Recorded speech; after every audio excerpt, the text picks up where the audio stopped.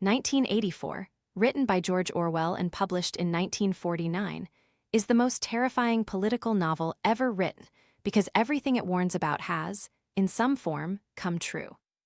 It is set in a future totalitarian state called Oceania, where the ruling party, led by the ever-present face of Big Brother, controls not just what people do, but what they think, what they remember, and what they believe is real. The novel follows Winston Smith, a low-ranking party member who works at the Ministry of Truth in London, now called Airstrip 1, rewriting historical records to match whatever the party currently claims is true. Winston's job is to erase the past. When the party changes an ally to an enemy, Winston alters old newspaper articles so that the alliance never existed. When a person is declared an unperson, Winston deletes every record of their existence. The party's slogan is "Who controls the past controls the future, and who controls the present controls the past." Truth is not what happened. Truth is whatever the party says it is. 2 + 2 = 5 if the party says so. The language itself is being redesigned into newspeak, a vocabulary so reduced that it will eventually become impossible to even think a rebellious thought because the words for it will no longer exist.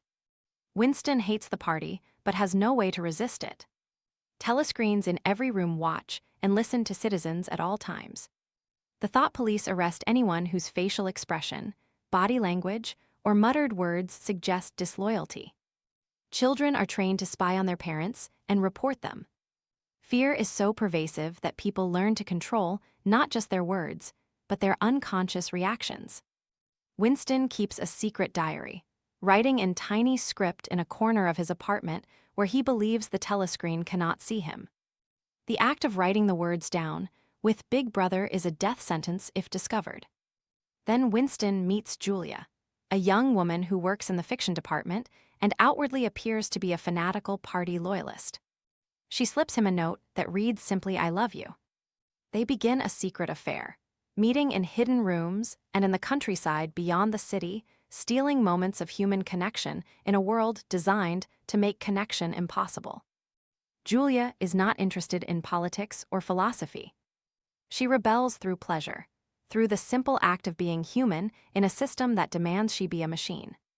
Their love is itself an act of revolution, because the party cannot control people who feel genuine emotion for each other. Winston contacts O'Brien, a high-ranking party member whom he believes is secretly part of an underground resistance called the Brotherhood. O'Brien gives Winston a forbidden book written by Emmanuel Goldstein, the party's greatest enemy, which explains the true nature of the regime. The book reveals that the 3 superstates of the world, Oceania, Eurasia, and Eastasia, are engaged in perpetual war not to win, but to consume resources and keep their populations in poverty and fear. War is peace. The purpose of power is power itself. But O'Brien is not a rebel. He is a trap. The thought police arrest Winston and Julia, and O'Brien reveals himself as their torturer.